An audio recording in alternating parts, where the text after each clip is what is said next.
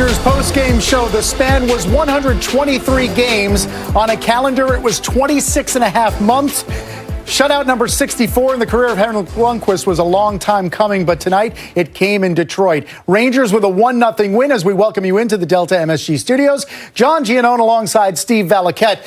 I know this goes beyond Henrik Lundqvist getting a shutout, but when you consider he hadn't played a game in 21 days, it's pretty impressive. Well, it goes a long way for him to step up and get a result, right? You're not just stepping up, having a great performance and a losing effort, but you're getting the result. It's so important for him right now to get that result. Shutout, icing on the cake.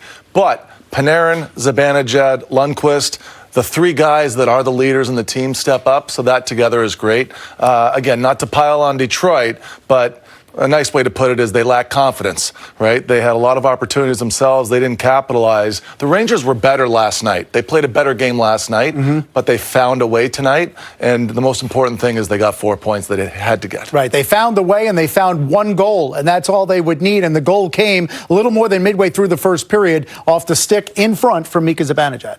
Great game for him all around.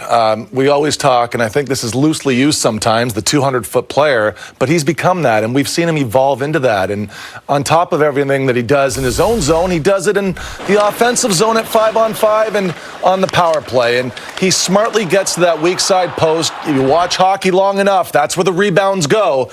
But don't make any mistake about it. Kreider was just trying to get that play to the net and then funnel off that rebound. We talked in the pregame about Bernier being a little bit below average on rebounds in the league. Now, into the power play and the details of it, John, they had to get the puck deep, and when they did, their outcome right here was based on the fact they pressured quickly and got it back. Now, the outcome is great because they're able to get it back and get into their setup as quickly as possible, but it's very important for Strome to be patient.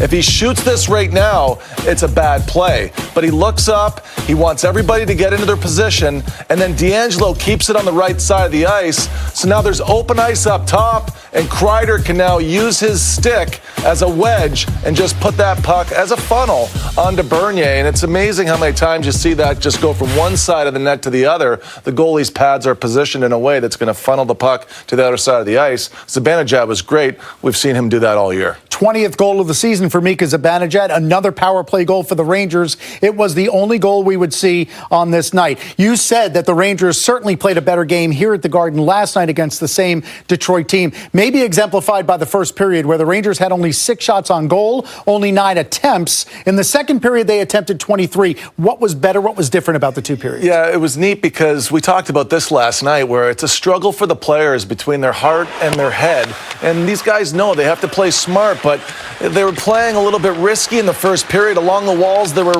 very weak, and they were giving the puck up. And that first opportunity for Detroit could have actually ended up in the net at pinball between Lundqvist's legs. But it was the risk, even on the offensive walls, trying to put the puck across the ice. It didn't work out in the first period for them, John, just because of that. And they settled into the second period. The forwards were much better in the second period. But it was the leaders, right? It was Panarin setting up Strome there for that opportunity where he starts the forecheck. There was a giveaway before this play sets up, and then the pressure behind the net where Panarin's kind of scoping from behind here, and then he finds a way to get the puck again. But he's a player that you have to watch and go through 2 or 3 times, and that's why he makes everybody better. When players play against him, they think that you go through him one time, well, he's going to chase you down and back check and get offense going the other way. And again, that feeds the rest of the lineup. And we talked about what the Red Wings faced when they came into tonight. 7 straight losses, only 12 wins on the whole season. Jonathan Bernier had 10 of those 12 wins, so we figured we'd see a representative night and goal from him. We did. We really weren't sure what we were going to see from Henrik Lundqvist, who, again, had not played a game in 3 weeks. He had the longest streak without playing games of his entire career other than Olympics or injury. It's time for Crease coverage brought to you by Liberty Mutual Insurance, and let's cover what Henrik Lundqvist did. Yeah, and to get into the game, John, he's got to have his patience and he's got to get his timing. And this isn't early, easy to grab early. You've got to fight for it. You've got to find it. And the great saves that we are looking at right now, those just show up. They show up, they're a byproduct of being patient, not going to the ice early, and staying on your feet and being able to make reactionary saves like that. They come because he's such a competitor and he's such a grinder and finds a way. We weren't going to watch a game tonight, no matter what, that you weren't going to see a huge effort, but effort isn't enough in the NHL. You still have to have your skill set, and I thought it was a game that didn't start great in the first period as far as those elements of timing and patience, but he was able to find that. And, you know, that takes a lot of stones, right? Like, he had to find it, and it's not easy. I'm sure that he had a mental battle to work through tonight. It's very difficult to watch the other guys go in there and play well.